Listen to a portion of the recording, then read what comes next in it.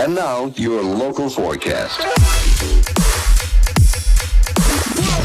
Welcome back to the forecast. My name is M4 Sonic and I'm joined today by my co-host, Chief Street. Hello. Good, mate. I'm very good. The sun is shining. It's a beautiful day. It's like 23 degrees today. I know. When I looked at the weather this morning, I was like trying to figure out what jumper I was going to wear. And I was like, ooh, sunny in 23? I don't even need to pack one. For those tuning in around the world, it's been cold and miserable in Adelaide. Like, just so demotivating because every morning I wake up and I just want to live in the shower. And I don't know. It doesn't inspire me to make bangers when I'm freezing cold. So I probably couldn't move to England. You a shower in the morning guy? Yeah, sometimes twice, which is why I've like always dry my skin out, you know, one of those. Same. I'm out morning and night. But I meditate. In the shower? Well, when I say meditate, I get stuck because I'm thinking about stuff. Yeah. So I'm always trying to troubleshoot. And then I realize I've been in there for too long. Is that like your own time in there? You know, you finally get some minutes to yourself. For any parents out there listening in, when you have a toddler, the only time you have, actually not even, I now have a shower and I hear this, hello. Yeah. It's like, okay. No, the only time I get to myself is when I'm asleep. Anyway, first world problems. Today we're talking about, I've just recorded, I'm very excited, my first Launchpad video in the new film studio with 4 cameras. Just, trying to step it up every time. So I'm pretty pumped about that. Talk about that. You've got a topic that you want to talk about today, which I'm very excited about because Chief is becoming the stats man for the podcast, which is pretty cool. And then you had a couple of would you rathers. Hey, okay. All right. I thought we'd just round out with something a bit fun. Why not? Well, as you guys know, for our returning listeners and watchers, we're very much experimenting. So the pod suite, we're probably in the final few episodes, I think, if all goes to plan, of this room. But who knows? We might just stick it out in here. I don't know. But the idea was to jump up to the new film studio, which we've finished building. We did a test of it last week, or was it the start of this week? Can't remember. Life's a blur. And the microphones don't pick up any noise from outside, which is fantastic. Now it's that problem where if you've moved house and you've moved in and you don't have your furniture and the house just sounds like an echo chamber, that's the problem we have because we have all these beautiful curved walls that are perfect for photography and videography and terrible for sound. Well, it's just such a big room as well. That's the thing about it. And look, you've got the most important thing is which there's no sound leakage from outside. Yeah. For those who might not know, there's a pretty busy road out there, but that's all gone, which is great. Yep. So you've tackled that, and now it's just like, how do you contain it inside, which is doable. You just got to get it done. I'm going to make a TikTok video on the massive absorber panels that I'm going to make. Well, it's hard because you got to fill the room up, but at the same time, you can't. Like the more space available in that room, the more valuable that room is. You want people to be able to bring stuff in and move cameras around and have sets come in and out and tables and chairs. So you don't want to have fixtures in there, but at the same time, something has to eat that sound up. Absolutely. And this is the fun part about a film studio versus a photo studio. I'm starting to really love all the tech and the gear. Mm-hmm. So like you said, everything's going to be on like caster wheels and they're going to be rolled around, which is pretty cool. Yeah. So lots of forward thinking. That's what I'm realizing. Yeah. Yep. I think you need that flexibility and it needs to be compact, and because every day is going to be different. Someone's going to be like, we're having this set up. And then someone's coming in, we're like, we're shooting a toothpaste ad and we need cameras from the top now. Yep. So like, you got to be adaptable. So, and that doesn't work with people like me. I like to set and forget. So this room, just before we recorded this podcast, we had to set all the cameras back up. We're changing the mic settings as well because I've been changing the levels depending on which room we're recording in. So everything today is different. And for someone like me who's set and forget, I don't like that. I like to lock in a setting and leave it. And the same with gear. We're trying a different light against a day with a different diffuser, just all this other nerdy stuff that I'm sure people don't really care about. But I love it, but it's constantly troubleshooting. And then once we perfect it, I don't want to touch it ever again. And I think in this particular studio, everything will be changing and evolving all the time. It's good that you've developed a love for it though, because I think, if this was too annoying, that wouldn't be a good place to be at. Yeah. So let me fill you in on yesterday. When I used to make Launchpad videos from my bedroom, I would borrow my dad's camera, and that would be at the very end when I'd rehearsed the project enough that I was like, okay, I'm good to record. And that process still would take multiple sessions. It wasn't just I'd set up a camera, record it. It was like, didn't get it tonight. I'll try again tomorrow night. fast forward to the project I've just done. I can't name just yet, I don't think. I asked Luke before. We're going to just speak of it in general terms. I've recorded a project where I was tasked with taking sound bites. So these are tracks, pre-existing tracks. And there were 10 tracks for me to use, all in the same key, which was amazing. And they were kind of like trance, techno, house, not dubstep or electronic, or what do you call it, bro step, like very different sampling techniques. So more loop based. Anyway, my task was to make sort of like a mix Launchpad mashup. And I had a deadline. It was due pretty well 2 days ago. So yesterday I was already overdue. So what I've done is I've sort of worked out a system where I can pretty quickly identify what parts of a song I can use for chords or bass stabs or loops or whatever, and then create sequences pretty quickly. But I don't rehearse it to the point that I'm ready to record. I get it to a point where I think it's almost ready, and then I just go for it. I just wing it.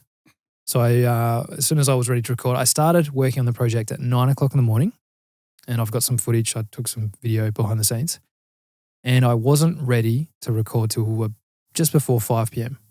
So that's a full day's work of getting the song built, ready to go, but it still wasn't ready. It was just an idea. Then I troubleshooted for like 2 hours trying to find camera gear and cables and light stands and stuff. By 7 o'clock, I started recording. And after 2 hours of continuous recording, got it. A 2-minute video. It was impressive. I've seen the end result. You've seen it? Very impressed because, like you said, it was a completely different type of music than I'm used to hearing with your Launchpad stuff. So when I was listening to the loops or the samples, I was like, I wonder how you're going to put this together. You did a great job. Thank you, man. Like truly, it was a really good vibe. I think it opens it up for you a bit more to like try doing it with different styles. You know, you don't always have to be bro steppy. Some people might not like that, but they might watch that and love it. This would be easier in a live setting because I experimented with a Max for Live plugin that quantizes the MIDI. So within the drum rack of Ableton, so for our producers out there, there was something that I could put onto each sample within essentially the drum rack that would help keep it in time. I didn't end up using it for the final video actually. I think what happens is I get so nervous and the BPM increases and whatever.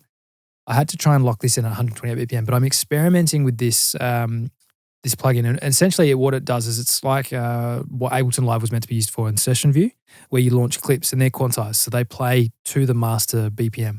In a live setting, that's really important because your heart rate elevates and you get excited and you start increasing the play style. And there's videos of me online going in and out of time and it just looks like a train wreck. But at the time, it was live. It was innovative. It was the first of its kind where it was so human. But I think when you're playing to a big crowd, you need to stay in time. It needs to be syncopated. So this type of music is very much suited to loops, and loops help me stay in time because I can't forcefully change out of the key. It's locked in. So I'm excited for people to see it. Yeah. So how do you find that process? You know, it was a 14-hour day, 12-hour day almost. Yep. Can you break it down into segments? Like what do you do first? Yep. What's next? And then obviously you bring all the cameras together and you start to record. But, you know, I can see what that side looks. I'm more interested like behind the hood. When you get all those loops, how are you chopping them up? How do you figure out and how do you map it? I guess it just comes naturally selecting what sounds good at the time. So I'm like, I really love this build. Like this build is what I'm going to use. That's just one button holding down, playing, whatever 4-bar loop that is. Play that. So that's really easy to identify and then just chuck on a Launchpad. Then finding a kick, you just find an isolated kick somewhere in the track. And I think I ended up using one of my own kicks because I couldn't. All the kicks had some sort of sound effects layered on top. Then when it comes to loops, fortunately, all these tracks were in the same key. So it was just sort of, trial and error, but on a time frame. So who knows? Maybe if I'd spent 2 or 3 more days working on this project, I may have had an even better result, but I'm pretty happy with how it turned out. Sounded really good to me. Sometimes I think like working in a rush is not a bad thing. Well, we've had an idea, and this is a segue. I'll get back to the process, but we've had an idea of what it would take you and I and a vocalist to record a song in one session during a podcast. I think that would be really cool because I think when you do have a time frame, you maybe have a creative license not to be so, being a perfectionist and all. Like you can just go, well, I've only got an hour. So we're going with this. We're going with Yeah, this. these are the chords. I'm not judging Moving myself. on. Yeah, Yeah. exactly. There's something to be said for that. And I think Yeah. that's why even recording studios is like, okay, well, you have one day. You've booked for a day. By the end of the day, you want to have something to go home with, or maybe you've only booked for 3 hours. Like, Good point, actually. Last session I had with Perry, I was like, we were just fumbling around with stuff and I was like, violin. That sounds good. We're going with violin. Move on. And like, it sounded awesome. But there was no time to be like, oh, what if we try a piano? Now, Yep. what if we try a guitar? It's like, that sounded good and we're going to go with that. Yep. Well, it's the same for Launchpad. I think, okay, well, that loop or that stab works for now. And then my brain's weird. Once I've put the sound on the pad and I've played it, my brain just remembers it's there. So I actually tried yesterday not to change it up. But with my previous videos, I might be playing a stab and go, actually, no, I want to move the positioning of that somewhere else. Oh, okay. But then you have to relearn. It's like that neural pathway has to happen again, and then you have to rehearse it over and over. And then once that pattern's rehearsed a ridiculous amount of times, it becomes muscle memory. It makes sense. And then you're no longer trying to think about where sounds are on the Launchpad. It's more, and I don't know if anybody else has this, but it's a playback in your head. So the sequence makes sense. And I found the biggest hack for my brain, which is once I've got a sequence semi-worked out, I record it straight away, like just MIDI. Mm-hmm. And then I listen back a couple of times, and then it's just lock and loaded. Your brain is different, man. Yeah. I'm telling you, not everyone, it's not like that. But it helped with memory chunking because then I had a visual aid as well in Ableton. I'm like, oh, that is like the verse. I can see that. And I can see that pattern and it makes sense. It's mathematically correct, ready to go into chorus. So you have the Launchpad next to you. Yep. You have Ableton open up. You're literally throwing them onto the Launchpad and hitting it in and just mashing and jamming and seeing what happens. And within the drum rack, I'm changing attack, decay, the release, all that sort of stuff. Then because I think more advanced users of Ableton will understand this, you can affect each sample differently. So I can put, filters and EQ and all sorts of stuff. Reverb.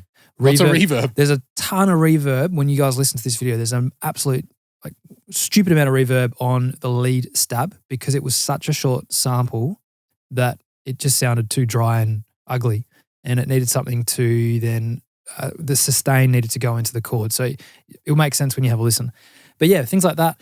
Then when it gets to the mix down phase, so I mix down my videos and that's not common knowledge. People are like, oh, what you play is what it is. Like, no, it becomes far more complicated once I've actually rehearsed and performed the project.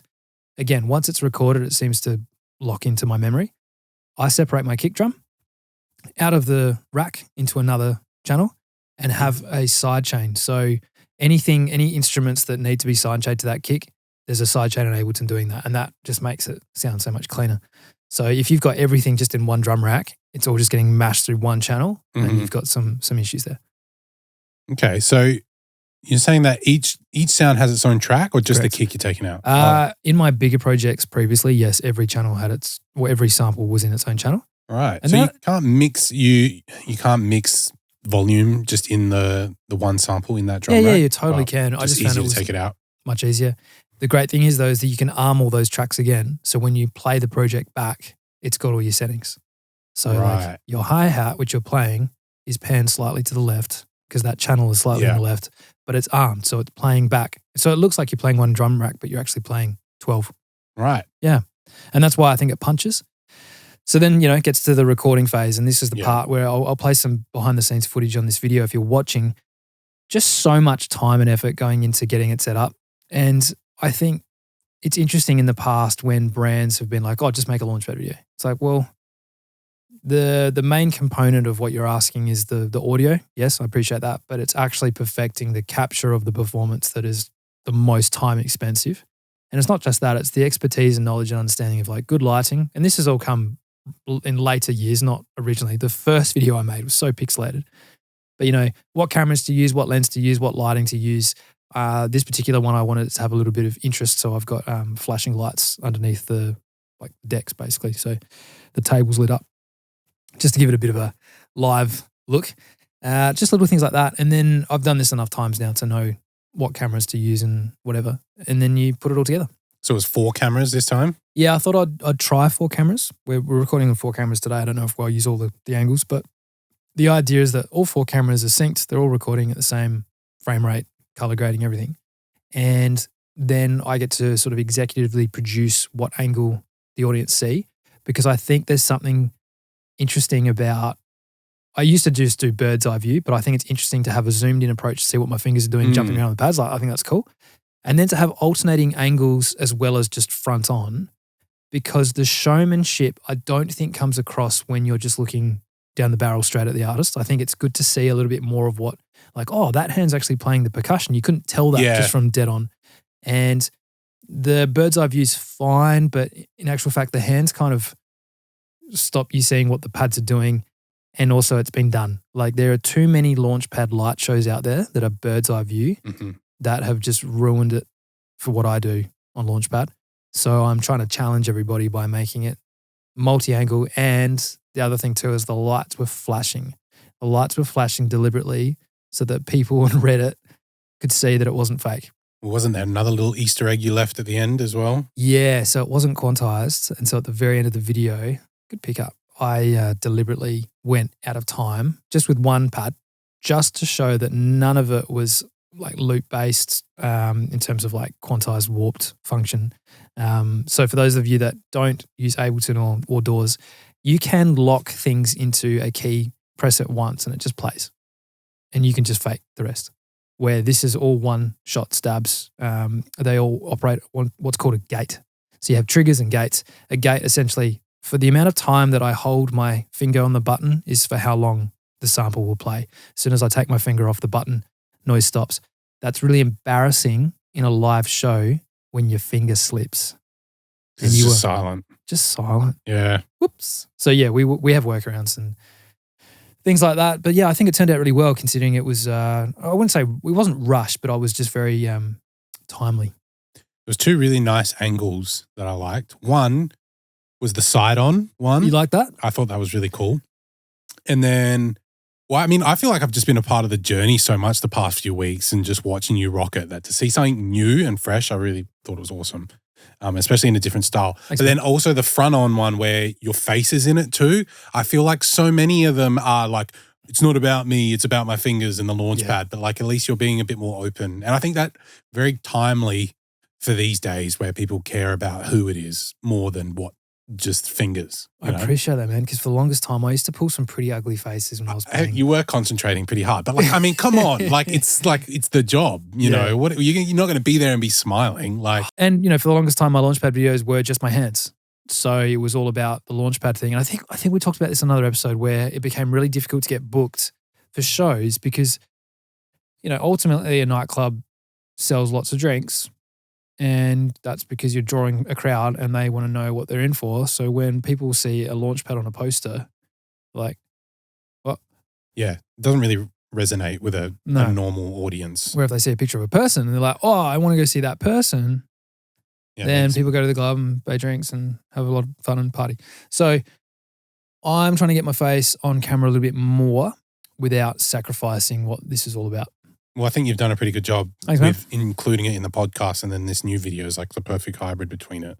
Yeah. Oh, the only other thing I noticed, I don't know if this is old age or whether just, you know, I haven't been playing. Arthritis? Oh, man, my hands. Today, or yesterday? Yeah, and yesterday, just in the thumbs, just noticed that the smashing. I mean, it's a full day. But it never used to hurt. I used to get blisters though. Fun fact, if you're a Launchpad and you've never had a blister from a Launchpad, you're not Launchpadding enough. You're not a real Launchpad. You're not the real deal. Anyway, the video is going to go up, I think, before this episode goes out. Really? I'm not sure. Yeah, that's what we're thinking, but we're not sure. And I'm going to put a little teaser, I reckon anyway, video footage of it. Is that going to be on the M4 Sonic channel or somewhere else? I believe so. Okay, cool. Yeah. That'll be good. And when was the last time you put out like a Launchpad video? Well, other than the ones I do here on this podcast, no, it's been a while. So I'm pretty pumped. I wonder how YouTube treats it. I hope they're nice. Does anyone here, speak to the people, does anyone here know anyone at YouTube? Because, interesting, I just became a YouTube partner again. Like, I don't know what the hell happened, but my channel, I think when we left our distributor, because they were managing my channel, I was already a YouTube partner. Like, once I exceeded 100,000 subs, I monetized the channel and whatever, and like, woohoo. In the last couple of months, I've not been earning a cent, which is fine, like whatever. But I've only just been reinstated as a partner. So I'm hoping that my fix the problem. But if you know anyone at YouTube, please contact me because there's something not right. Something not right. They don't want to show anyone your videos. It feels like that with a lot of social medias these days. Like I didn't post to Instagram for 3 weeks. I posted today and they're like, we're going to show 12 people. I'm like, what the fuck? It's the same with Threads. I wanted to catch up quickly. Threads. 2 things I want to catch up on, Threads and goals. Go. Threads, I am doing a thing called Shred and Thread. Yeah. So it shows how inconsistently I've been going to the gym, but I have been going to the gym. And it's just a nice thing to do. I didn't do it the other time, but when I'm at the gym and it's awkward and, you're in between sets and you're like, oh, should I be, watching stuff or like whatever, I thread about stupid stuff. So this one was my smartwatch was telling me that I had excessively high stress levels. And that's just because I'd, for the first time in 3 years, raised my heart rate over 100 BPM. So I wasn't stressed at all. I was just They're like, what's going on? But yeah, how's your goals going? Have you been stretching? I have been stretching a lot, actually. I went and got a massage on Monday night as well. Jealous. So really trying to get the body right. Ready for basketball. Yeah, but I still got to do more. I got to start incorporating a bit just more regular exercise. But stretching, diet's been good. I'm going to try and do the massage thing a bit regularly. It was like, my neck was so almost bruised, but like, just tender as fuck. We finished and she was like, your neck was really tight and same as your right hamstring. I was like, yeah, I'm not surprised. Like both of them are always fucking sore. So, but that was good. So feeling pretty good. Good man. Yep. Do we look healthier?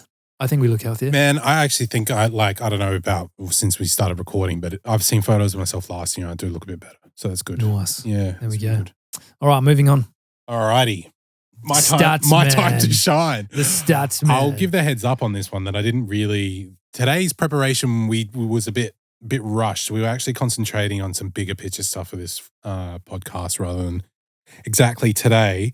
So today's topic is a bit random, but the reason I've decided to talk about this person, sorry, that's my laptop with the ding going off.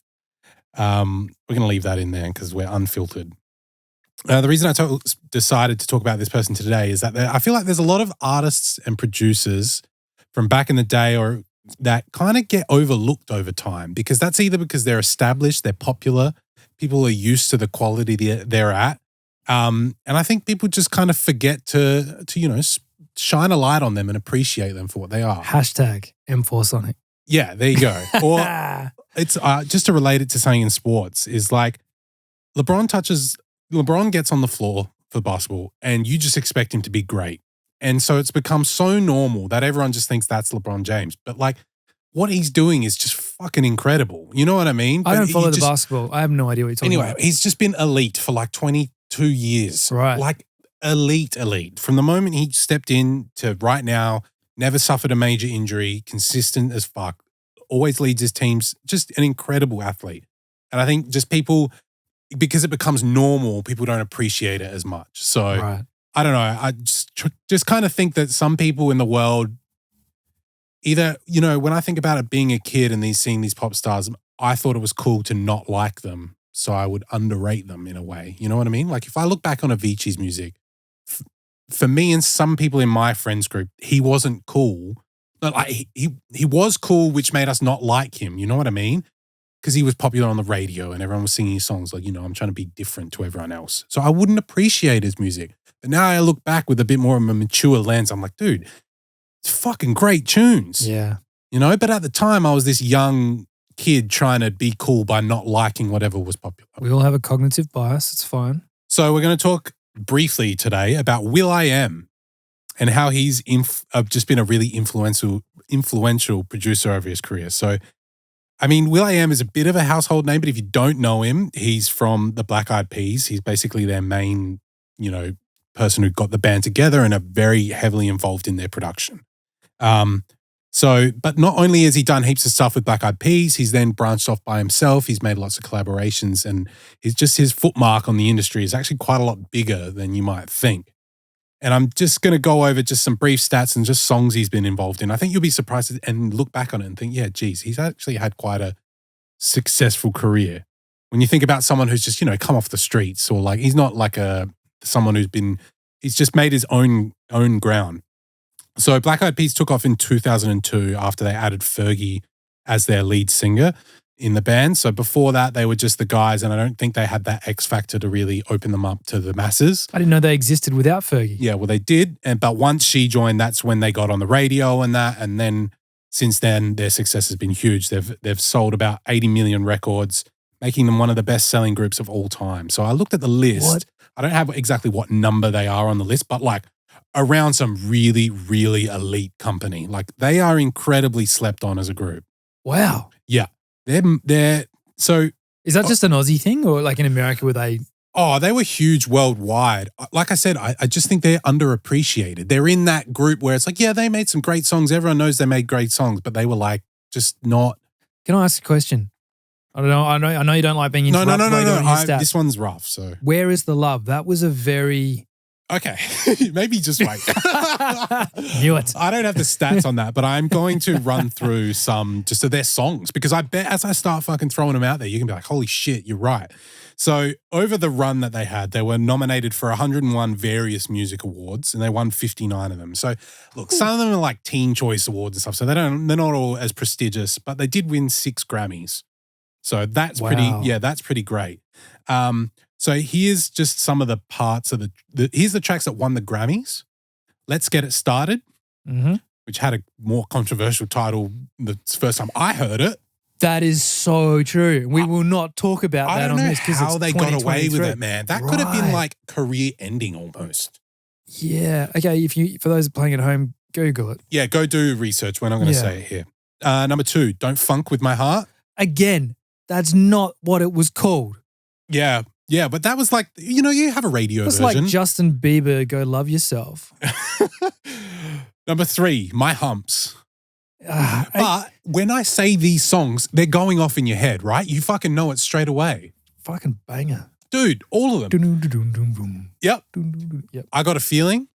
Jeez. That was like every person on the dance floor. But like so annoying at the time. But now, right, with your mature also songwriting. so lame. I know, but looking back, you're like, fuck, what a genius. Like, they're incredible songs. Not because they're... I know it sounds stupid, man, but think about it. Think about it. The longevity of these tracks. Like, they're truly... It's like when Pitbull rhymes Kodak with Kodak. Like, genius. Tonight's going to be a real good night. And then they got... they won one for an album called The End, which I'm going to touch on towards the end. But I just want to run through the run that will.i.am had from 2005 to 2011. I'm not going to do songs, but I'm going to do the artist that he's got producer credits for. So not only is it the entire Black Eyed Peas catalog, we've got the Pussycat Dolls on a song called Beat. We got Shaggy, Ricky Martin, Busta Rhymes, Justin Timberlake, Fergie and her whole Duchess album, which is Fergalicious, Clumsy, Big Girls Don't Cry. That's all him. Anything that didn't fit the Black Eyed Peas just became a Fergie record. Probably, yeah. Kelly's, John Legend, and then you got hip hop artists like Nas, The Game. You remember Macy Gray? Yes. Chris Brown. He did remixes and remakes for Michael Jackson. What? Worked with Flo Rida, Mariah Carey, Usher, U2, Rihanna, and then a bit later on Britney Spears as well. And that's a 6-year run. 6 years. 6-year run. So that would have been like peak of the powers, basically. He was able to get in a room with everyone. But like those, look, I don't have song titles, but, at least I did have the one for the Pussycat Dolls, that Beat. And plus all the Fergie stuff. Like, these are big, big tunes. Damn.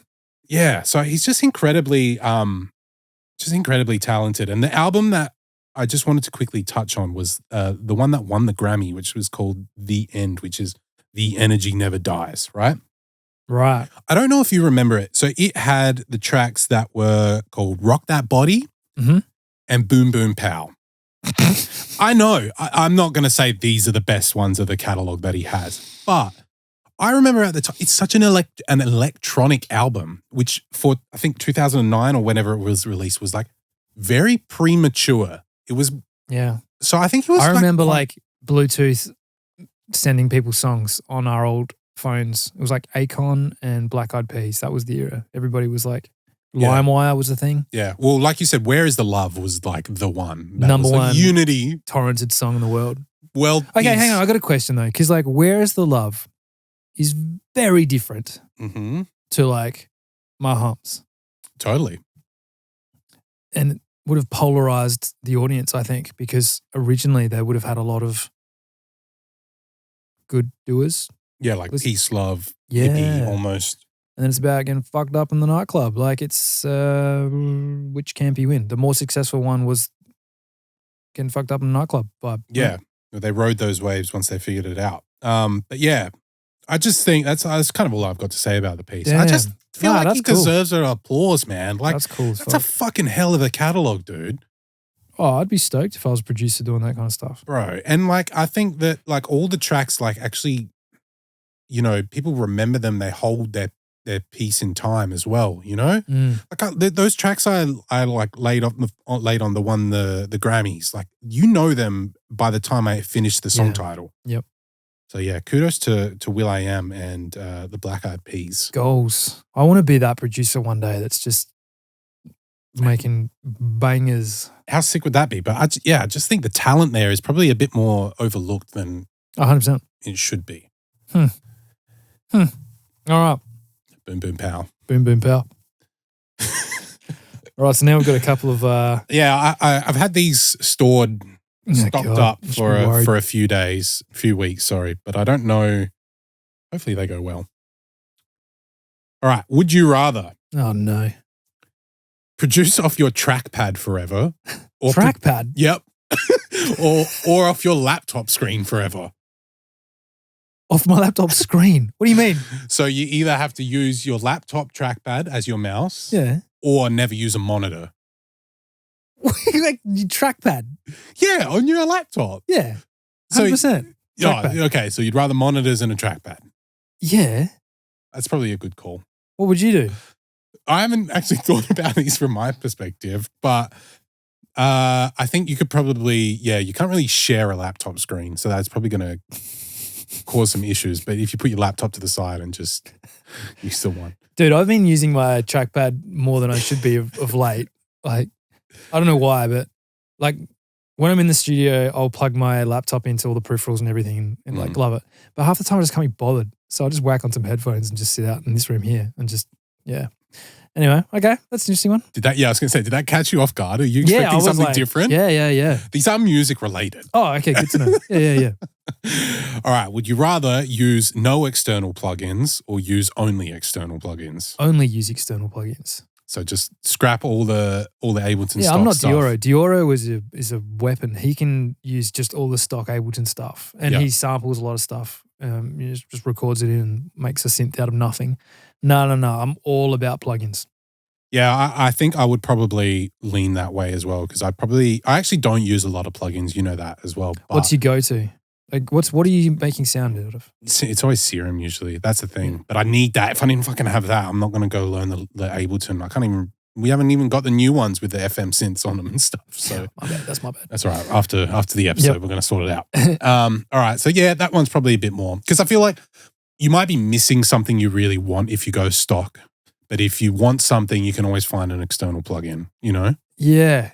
No, it's an interesting thing because I use most of my plugins for the processing, not so much sound design. So like, Serum, obviously. I'm not using like stock Ableton synths and stuff. But I think if you were to look at my Ableton sessions and see just how many plugins I have. Yeah. And that's not to say you just keep throwing plugins until it sounds good. I've just got a select few, but they are absolute staples now. Like I have a Ableton template that I open every time I start a session with a new client, and it's already loaded in everything I need on my master bus and all my mix groups and whatever. It's ready to go, and it's all external. Can you shout out one or two? Yeah, I could. I think the best one that I've been using on vocals of late, and it's free, is called Fresh Air. Yeah, I've stolen that from you. Yeah, unreal. Just don't cook it. Kind of similar to X for OTT, which again I think is also free. That just, I don't know. It's a multi-band dynamic compressor. I'm pretty sure. Yeah, it just makes everything sound good. Like look up what is it? Carnage's way gooder when he did the Razor collaboration. Ooh. Yeah, it's an iconic moment. Yeah, I do this to make it sound way gooder. I mean, Puppy Gordo or whatever his thing is. Yeah. No, there's a few. Actually, what I'll do is I'll look properly next time and maybe make a list. Fresh air is a good one. I vouch for that. Yeah. All right. What would you rather? Well, would you rather not be able to DJ again or never be able to go to an EDM show again?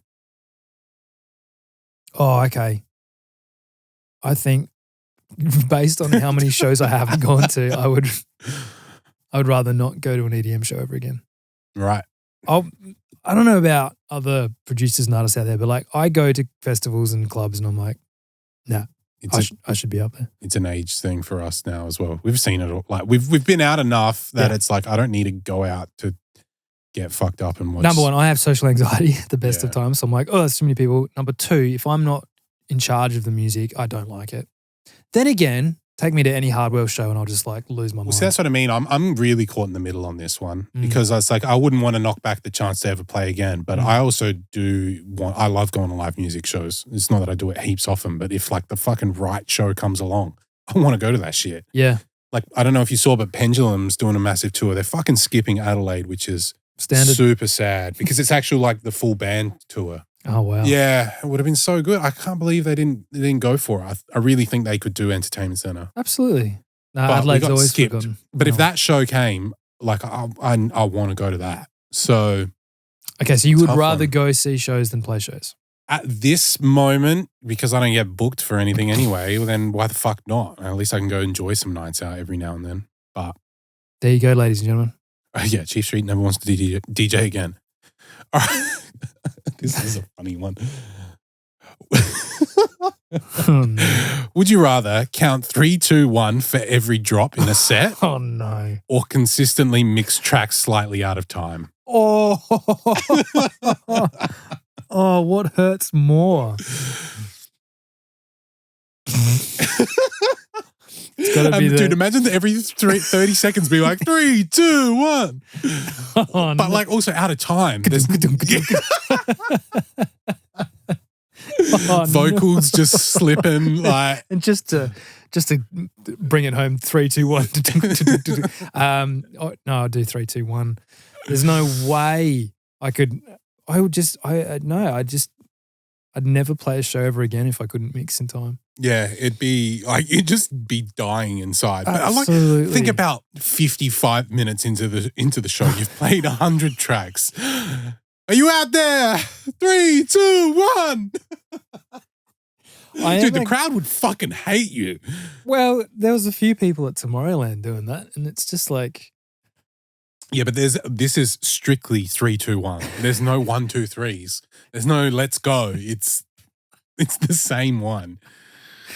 oh man, that's painful. Yeah. I got to be honest, like, you know, most of us get trained at some point in time or have some team member pull us aside and be like, have you thought of this or whatever? Or you just learn the showmanship or you're media trained. When you start out and you do have to get on the mic, you run out of things to say. Like, I've never done it. and all, I've never gone on the microphone. it's so awkward. The first couple of times the mic isn't on. So you're just like, and it's like, okay, all right, yeah, quickly, yeah. Just put it down. Or you get the feedback. Oh, jeez. Not if you've got like good setup. But yeah, the first few times of using a mic, I can't remember. I said something so cringe. I think I was like, all right, my people, or something like. What is up, my people? I remember Cooper, Human beings of Earth, my people. Cooper pulled me aside after and he was like, dude, there was a part in the show and you said something like, all right, my people. And I was like, yep. And he's like, don't do that again. But yeah, I don't know, Warped Tour was fantastic for learning like what to say on the mic. Because of the reps?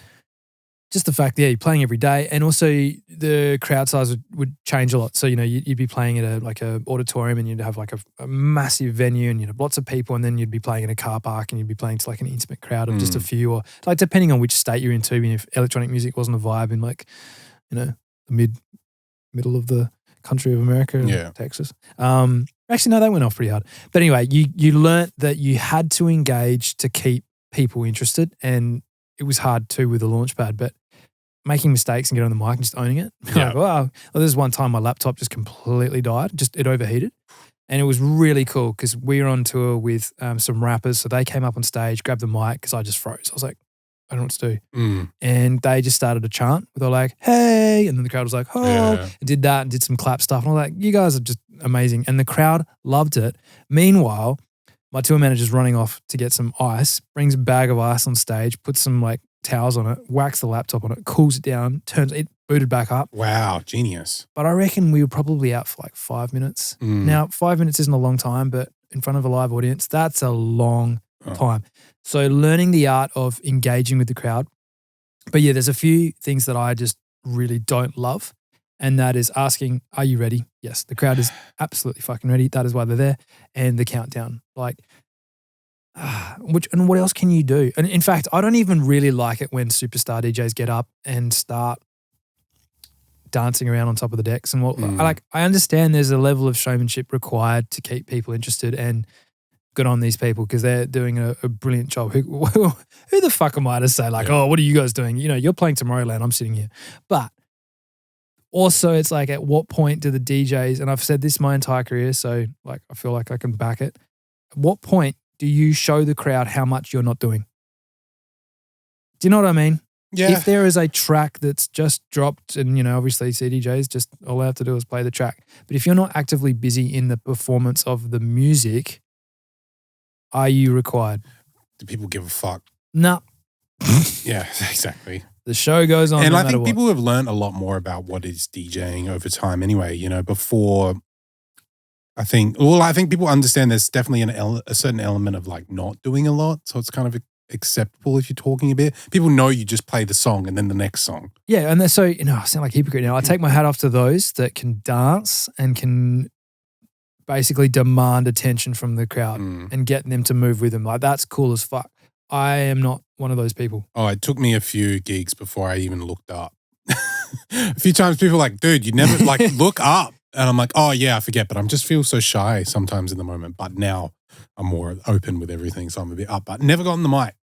The most fun, I think, is when you can use a fader or a filter and you've got a trending song that people will know the lyrics to, and you fade down so they can sing along. Like, I've been nervous of doing that.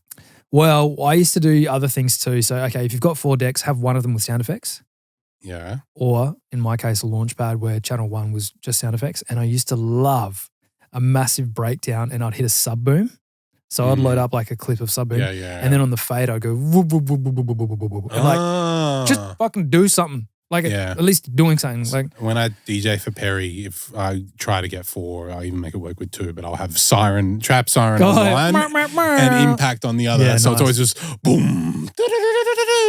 Yeah. Well, It's Will good fun. Sparks for the longest time had the yeah. Oh yeah, just load it up on one. Yeah, just on one. I got on him and he had like a little, I think he had like a whole batch of little vocals he could pull on. And like, that makes sense. And, you know, the old school DJs would play acapellas on one. Yeah. Like the top. Nowadays, like, especially if we're talking Tomorrowland main stage, the show, sometimes one of the decks, or even now, they've probably even got better technology than the stuff I'm familiar with timecode, where there used to be a deck sending at least some sort of data to front of house so that they knew what the track was and all the timings of that, so they get the pyro and all that synced. It's probably beyond that now. But there is limitations to what is done so that the show is as awesome as it possibly can be. If you're not mixing properly or you stuff up or whatever, then it's a big production to mess up. Yeah, I think you've uncovered that a little bit before on how perfect it all kind of has to be. And it's not to take away freedom from artists, but it's like, you're putting on the biggest festival in the world. Like, things need to be right. You can't, it's not right for anyone for things to go wrong. It ruins everyone's image. You know what I mean? Here's a quick tangent. Would you rather play a pre-rehearsed set or would you play on the fly? For what situation? Tomorrowland main stage. Oh, that's such a fuck of a question. Is it? Excuse my language. Well, I mean, I have no problem doing freestyle because I just rehearse the shit out of it before I go and make it as simple as I can. I wouldn't really, what am I going to do? If I do it, if it's pre-recorded, what am I doing? No, it's not pre-recorded, it's pre-rehearsed. Yeah, or completely, most of my shit's I'm swearing a lot today, apologies. It feels like a very casual app. I would probably just do a pre-rehearsed set. I'm like that majority. It's still of live. sets, You're still required to make it happen, but and that's my opinion, and I don't care if I'm criticized for it. If I'm going to play to that many people, I want to know exactly what I'm doing, and I want to put on the best show. I don't want to be, I mean, again, it comes down to the fact that I'm an artist versed over like a DJ. DJs are incredibly good.